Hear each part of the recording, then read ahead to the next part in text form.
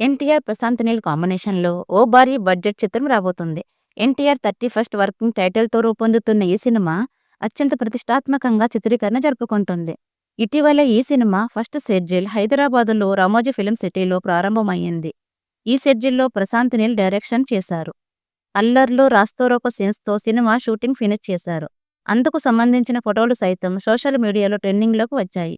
ఇక దీని తర్వాత మూవీ యూనిట్ కాకినాడలోని ఉప్పాడ బీచ్‌లో దర్శనమిచ్చింది. అక్కడ పరిసర ప్రాంతాల దర్శకుడు ప్రశాంత్ నీల్ పరిశీలించారు. షిప్పింగ్‌తో పాటు తదితర సన్నివేశాలకు సంబంధించిన సీన్లను ఈ బీచ్‌లో షూట్ చేయనున్నట్లు తెలిసింది. అందువల్లనే ప్రశాంత్ నీల్ ఉప్పాడ బీచ్‌లో కొన్ని ప్రదేశాలను పరిశీలించారు.